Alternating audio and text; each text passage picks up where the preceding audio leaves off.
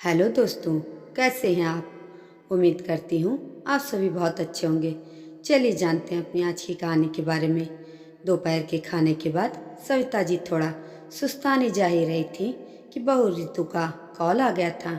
माँ, आज रात के खाने पर मेरे खास मेहमान आ रहे हैं। आपकी फेवरेट गट्टे की सब्जी बनेगी। प्लीज़ ज़रा सामान चेक कर लीजिए ना। कुछ लाना हो तो बताइए।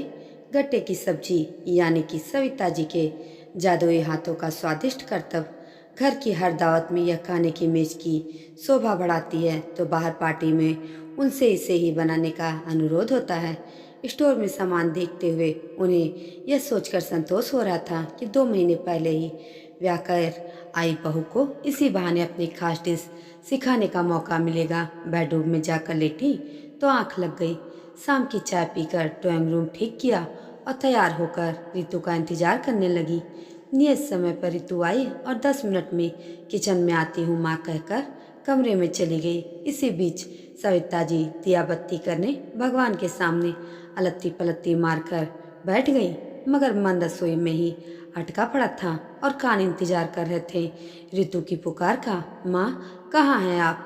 जल्दी से आइए और बताइए ना, बेसन कितना लूँ? मगर अफसोस, पूरे 15 मिनट बाद भी रसोई से सिर्फ बर्तन खड़कने की आवाज़ आई। अब उनके सब्र का बांध टूट चुका था। हाथ में तुलसी चौरे का दीपक बाहर रखने के लिए जाते हुए जब रसोई में झांका तो देखा बाएं हाथ में मोबाइल थामे रितु दाहिने हाथ से बेसन गूंथ रही थी, जो कि उन्हें बहुत बुरा लगा।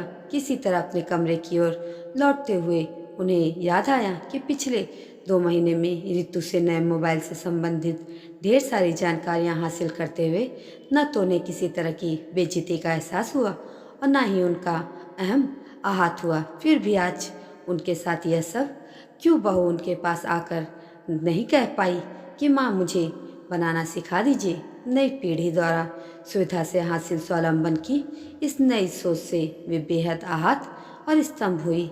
दोस्तों, इस कहानी से आपको क्या सीख मिली, कमेंट करके ज़रूर बताइएगा। और ऐसे ही अन्य कहानियों के लिए मेरे चैनल को भी सब्सक्राइब जरूर करिएगा। धन्यवाद।